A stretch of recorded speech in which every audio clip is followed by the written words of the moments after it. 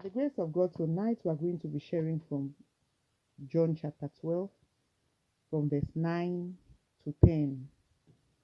John chapter 12, 9 to 10. I read in the name of Jesus. The plot to kill Lazarus.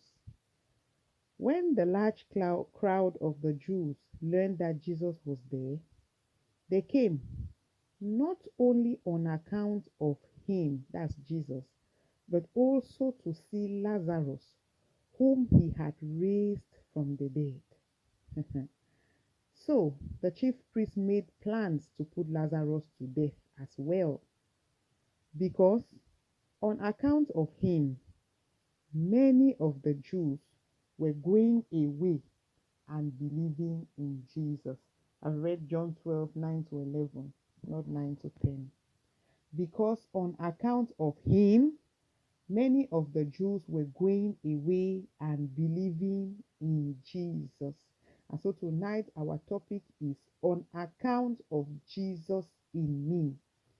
On account of Jesus in me. This is a story that most of us are familiar with. Lazarus, Jesus' friend, has died in chapter 11. That's John chapter 11. And they told Jesus that Jesus, your friend is dead because you were not here when he was sick.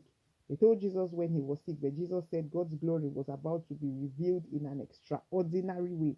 That's how some of us, when situations are going from bad to worse, we think that God is not seeing. No, God is seeing, but he wants his glory to be made manifest in a way that we have not seen before. Because if Jesus goes and heals a sick Lazarus, it is no news. It is deja vu. He has healed many people before. He has in fact, done a similar thing before. So people will just say, it is the usual. It is the normal. But now, he has allowed Lazarus to die.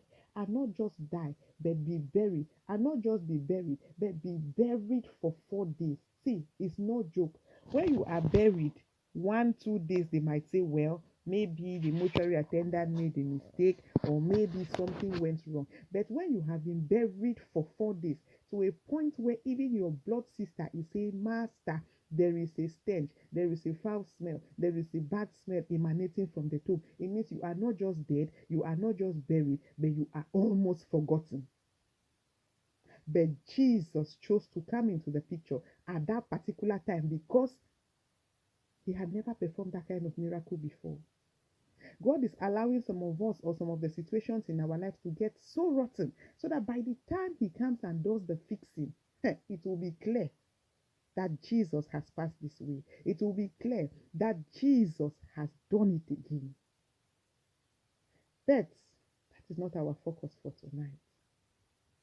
Lazarus has been raised from the dead.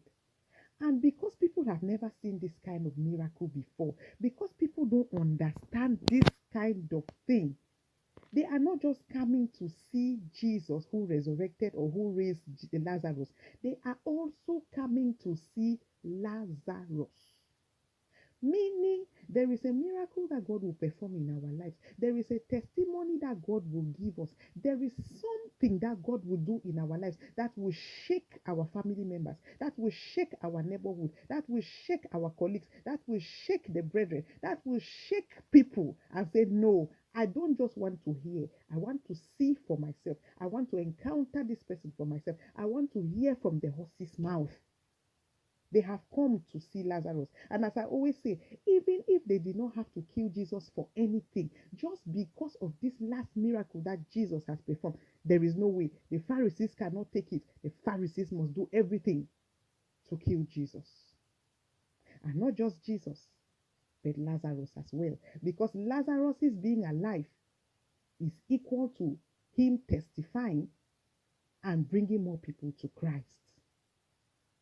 The way that God will work in our lives, the way that God will do his own thing because his ways are not our ways, the way that God will move in our lives will be such that some will come to Christ, but some will get so offended, some will get so angry, some will be mad, some will be confused, some will be bitter, some will be jealous, some will be envious, and will stop at nothing to see to it that they water down the miracle. But we don't need to bother ourselves about those who are embittered about God's goodness in our lives.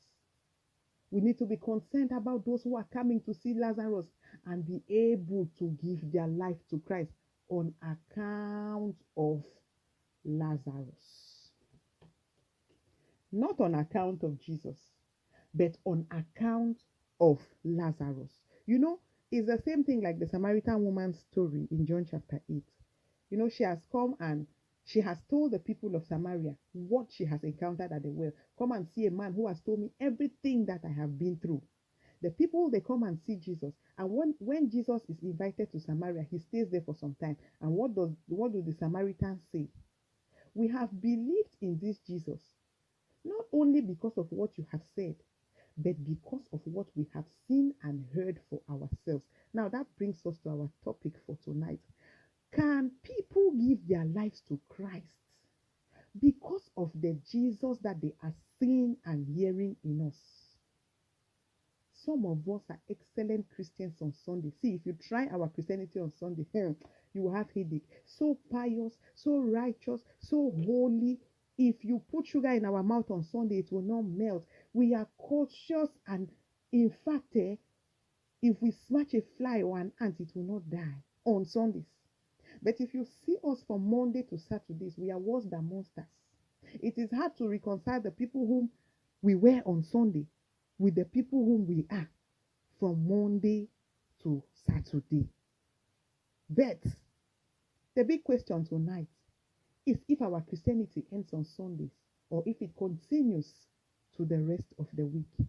Can people come to Christ because of the Jesus in us, which is reflected not just in the length of our gowns, in the holiness and righteousness that we portray, in the head tie that we tie right up to our eyebrows, or are our words, our actions, our reactions, our interactions, our dressing, our companions, our character?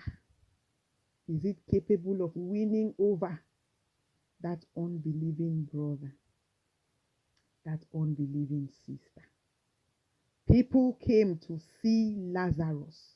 When people come close to us, when people interact with us, when people travel, displace themselves, they meet us on the bus, they meet us on the street, they meet us in the market, they meet us in different places. Can they tell that there is a difference in us because of the Jesus factor? Or are we just living the life one day at a time? After all, Jesus has already saved us. We have already accepted him as our Lord and Savior. What next? More so in our marriages. Can the unbelieving spouse, because the unbelieving spouse can be a husband just like it can be a wife. Sometimes even in a marriage of two believers, one person might be spiritually higher than the other party. In some cases, even maybe it is two unbelievers who got married, and then along the line, one person has gotten believed or become a believer, one person has gotten saved, and the other party, the unsaved party, is posing a problem.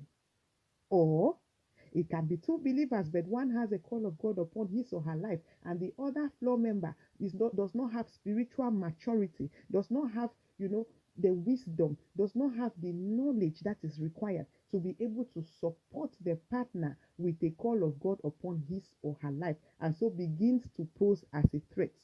This threat can be as a result of maybe pride, maybe self, maybe ego, maybe jealousy, maybe envy, or out of love, because you can sometimes be too overprotective of the people whom you love. Or is it out of ignorance? Or is it out of a wrong mindset about the call of God upon that person's life? Or is it the wrong company that is influencing you negatively to say, no, don't allow the woman to mount the pulpit, or don't allow the man to become a minister? Because once the man becomes a minister, all the sisters in the church, the choir members, they will be doing one thing or the other with the brother. Or Is it just the wrong approach? Maybe the man wants to pass a message, or maybe the woman wants to pass a message because of the call of God upon her life.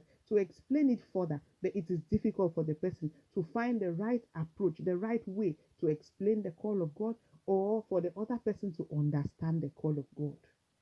But if there is Jesus in us, not by virtue of the Sunday Christianity, but by virtue of the day-to-day Christianity, by virtue of how we live our lives, when people are watching, like when people are not watching, then we will understand what 1 Peter 3, 1 to 7 says. 1 Peter 3, 1 to 7 gives us an elaborate description of how wives are supposed to behave towards their husbands. And the focus here is especially verse 1, which says, likewise, wives, be subject to your own husbands, so that even if some do not obey the word, they may be won without the word, but by the conduct of their wives, when they see your respectful and pure conduct. That is simple English, meaning sometimes the man is a problem. Sometimes the woman too might be a problem. In most cases, it is the men. They are not the problem because of anything. That is how nature has made it. Men have their ego, their pride, their self-esteem, their whatever English word you choose to put there, no problem. And so it is difficult for a man to really come to terms with the fact that, okay, my wife, my partner has a call of God upon her life, especially if the man himself is not spiritually matured. Okay, so you as the wife, what are you supposed to do? Are you just supposed to go on to, shun the man, spite the man, and make as if he does not exist? If you do that, God will not be happy. The Bible says that we should have a kind of character, a kind of conduct, a kind of behavior that will win the man over, even without words. This Jesus who has saved us, this Jesus who has called us, is he evident in our homes? Some of us women, we are very pious on the outside. We are very submissive to our pastors, to our leaders, to our bishops and archbishops and deacons and deaconesses, but we are tyrants in our homes. Before the man says one, we have said 1,000. And then how do you expect the man to support the call of God upon your life when at home you are nothing like the call of God upon your life? Is it not when we begin to showcase Christ in us, the hope of glory? Is it not when we begin to exhibit godly character? Is it not when we begin to exhibit, Christian values, the fruits of the Spirit that are outlined in Galatians 5 from verse 22 to 24, that the man himself will say, oh wow, there is something different about this woman. There is something that is peculiar, that is unique about this woman. When you are showing Christ in you in a different dimension, and you are on your knees every day reporting the matter to God. Doesn't Numbers 14:28 say, I will do to you what I hear you say? What are you saying? Are you busy complaining to God? Or am I busy pleading that God should intervene and turn the heart of my husband after he has the hearts of kings in his hands? Am I busy explaining the story from one neighborhood to another, to every passing human being, to every Tom, Dick, and Harry? Or am I busy praying that God should give me direction with respect to how I'm supposed to approach the matter? God should give me direction with respect to who I'm supposed to go and speak to, who can also in turn speak to my husband so that my husband can understand. Am I praying for a divine visitation, that my husband should get a visitation so that there will be a transformation from within? Or am I busy nagging, fighting, quarreling, and complaining? The more I quarrel, the more I fight, the more I complain, the more I even retard his acceptance of my entry into ministry. It is my character, it is the Jesus in me, it is the presence of the Holy Spirit in me that will cause this man, that will cause this woman to say the difference in this person. I want to know about it. But what do we see in our society today? We have all-knowing women. We have Google women. They know it all. They have all the answers. Even to questions that people have not yet asked, they are still thinking about asking. The women already know the answers. Nobody can tell us anything. Nobody can correct us. No, we are always correct. We are always right. And then at that rate, we expect the man to say, oh, wow, go into ministry. It's not done. Jesus was a son to Joseph and Mary before even going ahead to do his father's work. He was trained by a carpenter, meaning he helped his father out. He was disciplined. He was well brought up. He was raised before going into kingdom service. Some of us today, the church is all we think that, when you see us in church looking beautifully dressed, that is all there is to it. We forget that our homes are the first church because the world is watching. People want to see whether there is actually a difference in the homes of those of us who say that Jesus has set us free, that we have received Jesus as our Lord and Savior, and those who have actually been set free and those who have actually received Jesus as their Lord and Savior. Because there's a difference between what we say and what we do. And we know that the world believes more what they see us do than what they hear us say. If you look at the story in the Paul's prescription in 1 Corinthians 7:12 to 16, what does Paul say? Paul says that your actions is paramount, is important, because if you have an unbelieving partner and the unbelieving partner has refused to go, like he does not want the divorce or she does not want the divorce, and you are able to stay,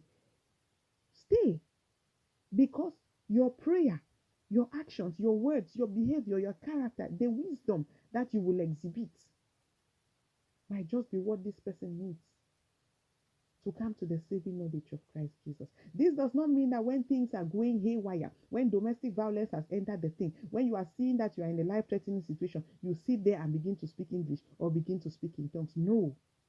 Wisdom too will teach you that there is a time to say, no, I need a break before I lose my life in the matter.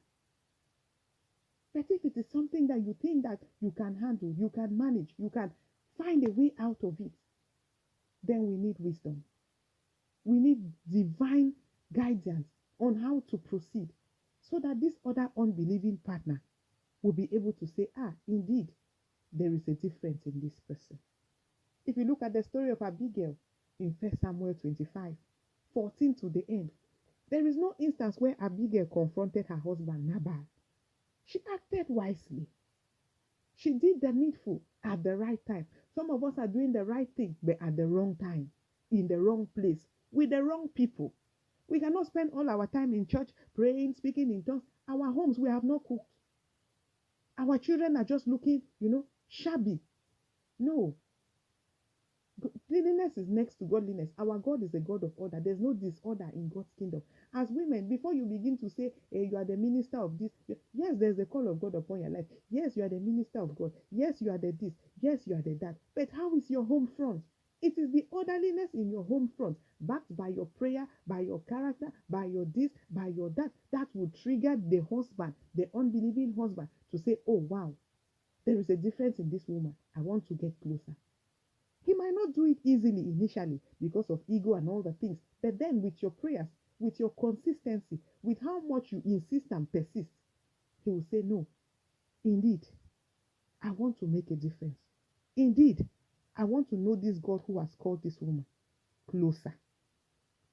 God does not make a mistake. God is not man that he should lie. If you look at Ephesians 5:22 to 33, he says that wives should submit to their husbands. We cannot say that we are submitting to God if we have not submitted to our husbands.